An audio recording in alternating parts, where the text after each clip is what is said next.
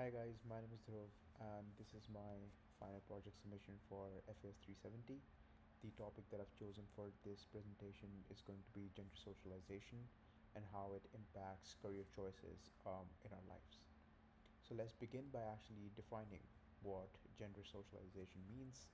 It's a process of learning societal norms and roles based on gender, and ultimately, individuals internalize these elements of the social society and make those elements part of their own identity, essentially.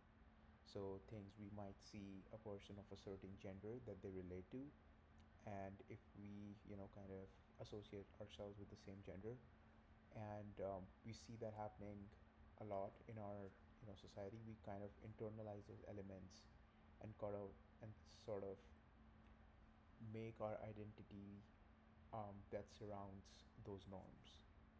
So, um, like I mentioned here, it's a lifelong process by which people learn to act and think in consideration of what others do and expect out of them based on what their gender is in the society.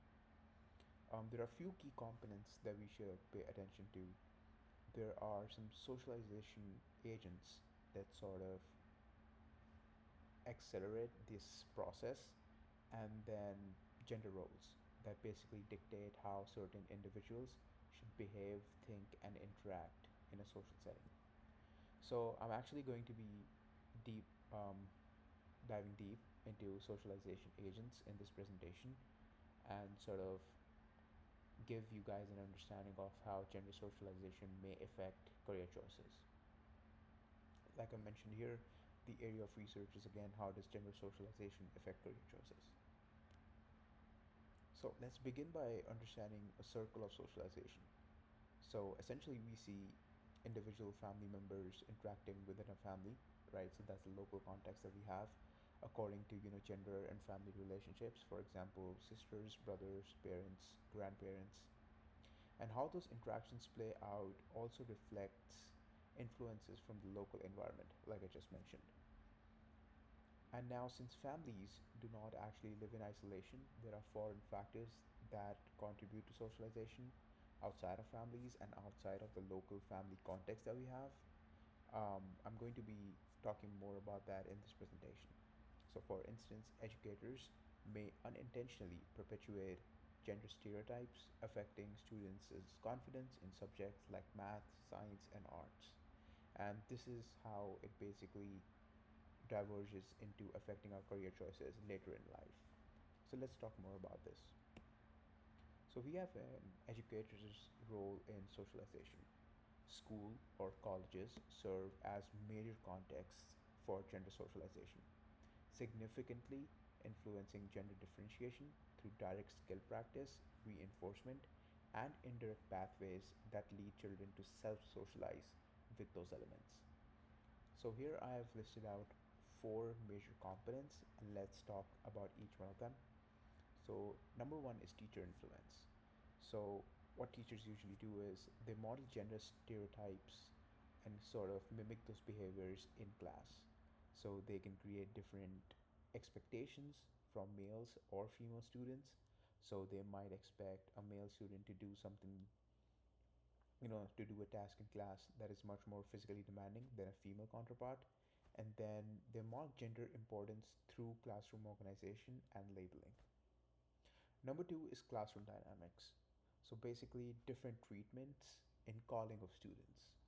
So there could be varying levels of praise, there could be varying levels of feedback or comments that educators may pass in class that basically contribute to socialization. Then we have peer interactions. It's not obviously just the educator in a setting of a school that might contribute to this. So we have peer interactions, and as we all know, children tend to select same-sex playmates in school. So essentially, all the boys have a group of boys, and then girls have their own group. And gender segregations affect this experience as well. And as I mentioned before, these interactions sort of reinforce our traditional gender behaviors of maybe boys liking to play sports, and then girls are more inclined towards arts or more creative activities. Number four is the impact it has on our future. So basically, these socializations may affect our subject choices and academic preferences. It also affects our long term gender identity and then ultimately our career aspirations in our lives. So I'm going to be talking about a personal experience. So I myself, I'm from India, so there is a lot of gender socialization that happens in a school setting, especially in India. Now that I've realized it, so all the things that I've talked about here are most of them I've experienced personally. So teachers in class usually had us, help them with setting up events or any sort of task that may require some physical labor. But then the girls were more inclined toward artistic subjects. So they were more inclined toward music, dance, and a lot of these events that we had at our schools. Most of these creative activities were taken in part by the girls and not really the boys. So that is something that I've experienced personally, and ultimately, so basically in India, after our 10th grade in high school, we have to choose a stream that we would study for the next 2 years. And these sort of roles, all the way from middle school to high school, sort of shape how we choose our subjects and our academic preferences in the last 2 years of high school that ultimately might decide our career aspirations in life. So I read a couple of papers on gender socialization, and this is something that I thought I would share with you guys. So there's this concept of people versus thing orientation. So this basically captures the degree to which individuals are inclined toward interpersonal interactions or working with tools or systems. Now, this concept is particularly relevant in understanding gender representation in STEM careers or careers in general, where people oriented roles often attract more women, while thing oriented roles like engineering are dominated by men. Now, there are some things that I've listed down here. I'll go through them real quick. Number one is women generally show higher people orientation. So it's no wonder that women are more likely to become nurses, more likely to pursue things that have interpersonal connections related with them. So like therapies, or physiotherapists, basically doctors, and then men typically demonstrate higher thing orientation. So they are more oriented towards engineering, mechanics, taking up bulbs from lights in the house and sort of playing around with things rather than people. And then gender differences in interests are more reliable than difference in abilities. So it's more about an interest thing and not really an ability thing that is really important to understand. So there's this theory called the role congruity theory. So what it basically, so this was talked about in one of the papers that I will be listing down in the references if you guys wanted to read it. So it basically says women receive approximately 60% of undergraduate degrees in the US in biological sciences, but only 20% um, women kind of pursue degrees in engineering, computer science, physics, mathematics, etc. So women are generally more attached to caregiving and people oriented careers. Generally, I mean, obviously, there are outliers, like I mentioned, 20%.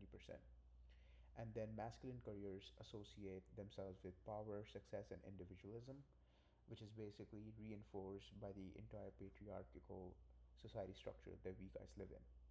And then women in STEM often value helping other people more than male counterparts, like I mentioned before, the orientation thing, which kind of is reinforced by this paper that I'm mentioning. Then there's the HBMS column that basically stands for Health, Biological, Medical Sciences, something like that. So basically, at the seventh grade level, this paper found out that a significant majority of STEM aspirants leaned toward the HBMS sort of categories, and 65% of those kids were females.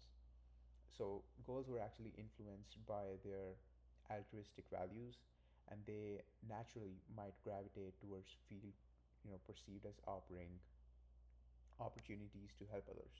Now, this could be both because of the gender socialization in a family context, or um, an educator like a school might play a bigger role in that, like I just discussed earlier.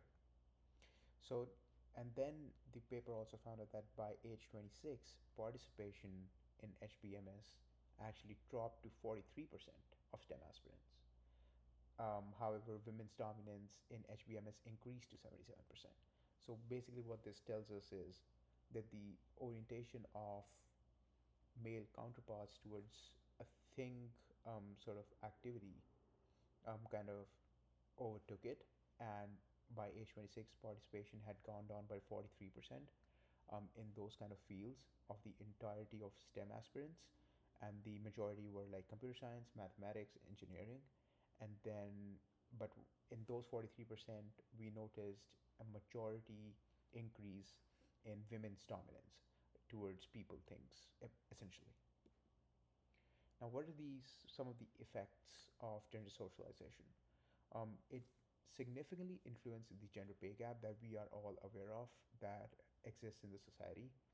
So it shapes societal norms or expectations that we may have towards a certain person. Now, these metrics that I've listed down here kind of underscore the influence of gender socialization. So women earn 82 cents for every dollar earned by men as of 2022. So it's very recent stat, and it's only a minimal improvement from 80 cents in 2002. So we've come 20 years ahead in time, but only 2 cents um, far in kind of the pay gap entire role that we have among women and men. Then we have occupational differences that kind of account for approximately half of the overall gender wage pay gap because women's occupation distribution matched the men's distribution exactly. If that was the case, only 32% of the wage gap would be eliminated. So essentially, what this is telling us that the occupations that sort of women choose play a major role in defining this pay gap that we have talked about here.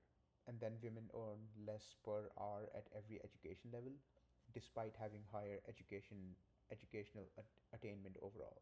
So, like I mentioned, majority of the people who get their undergraduate degrees are women, like this stat kind of reinforces, but they're still paid less per hour rates compared to their male counterparts.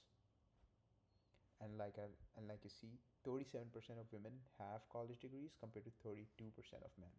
So there is that gap that we've seen, but again, women's role in the society are kind of bound by these societal norms that we've put in place, which essentially affect their career choices and then the gender pay gap that I'm talking about here.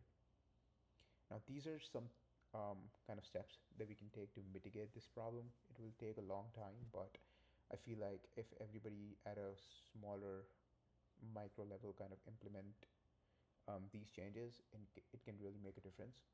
So, number one is career guidance. So, what I found out, this is an article that I read, that the follow your passions advice can actually reinforce gender stereotypes. So instead of being like, hey, do whatever you want to do in your life and like whatever is your calling, but instead, career guidance should really emphasize on financial stability, job security, and then also an opportunity to help others and support others.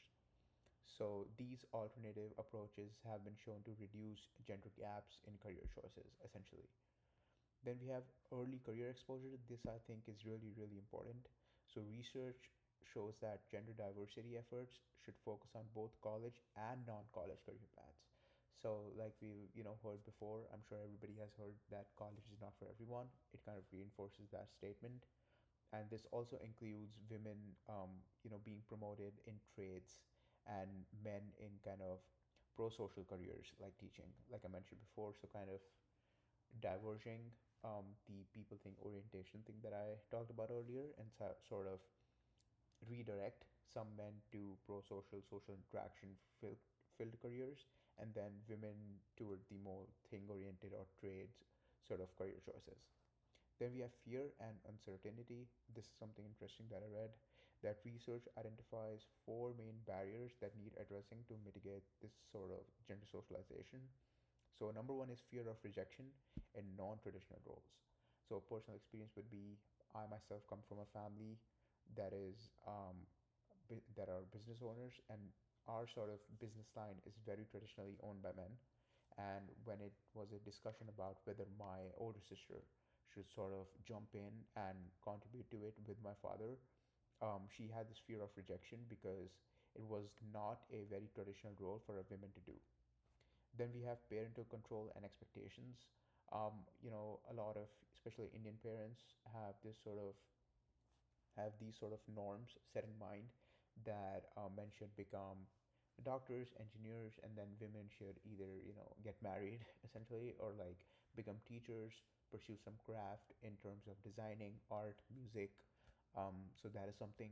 And then personal uncertainties. People themselves do not know what they want to do, but then it kind of connects back to the first point. I'm sorry. So it kind of connects back to the first point that we have of career guidance. So and early career exposure. So kind of having allowing people to experience all sort of roles, all sort of careers at a very minute level. So to give them a better understanding. And then there are limited role models in these sort of roles. So like the example of my sister I mentioned before, she has no role model, a female sort of role model in that particular line of business. So she has that fear of rejection as well because she definitely has nobody to to get advice from, or like nobody that can actually guide her. Because it's definitely different from men to women in certain situations that only the same sex people can better understand. These are my references, and that's it for my presentation, guys. Thank you so much. I really enjoyed this class, and I had a fun time building this presentation. I'll be linking down all the references, all the articles.